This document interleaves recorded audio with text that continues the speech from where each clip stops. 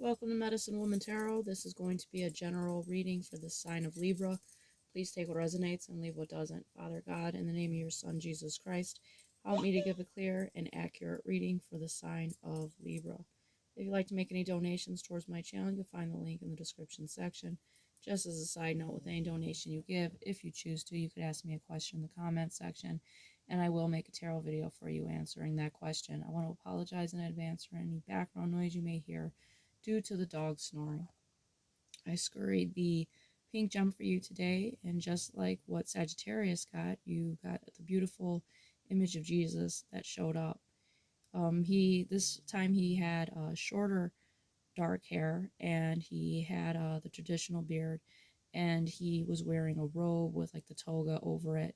He had his hand over his chest. I guess from his directional point, that would be his right hand was over his chest, and he was had in between the nook of his arm the shepherd's pole, and there was a hawk on his other shoulder, and there was a sheep, like a large sheep, at his feet.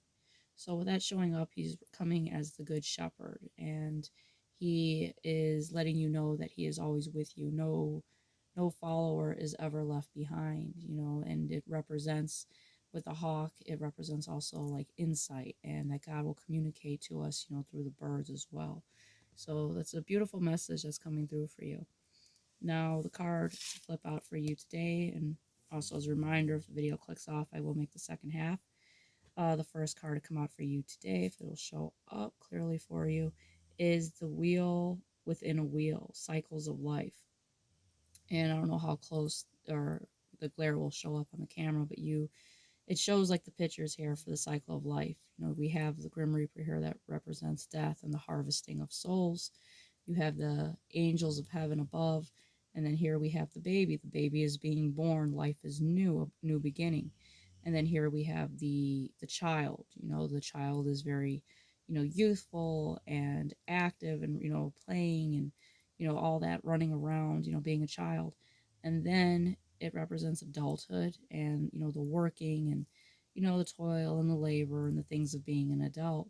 And then here it has the man that's like very older, and he's hunched over with a staff, representing, eventually reaching death, and then, back around to the heavenly realm with the angels. So it's showing the cycles of life that we go through. And it's very difficult sometimes to accept the cycles of life, especially death. Death of a loved one is one of the hardest, you know, um, things to accept with the Wheel of Fortune, or this is the same equivalent to tarot as the Wheel of Fortune, but, with the wheel within the wheel of life, it's very hard to accept, because we are still on the other end of the circle, and they move to a different side of it, but we will meet up again, and we just all have to keep remembering that, even though at times, it can be difficult to remember that.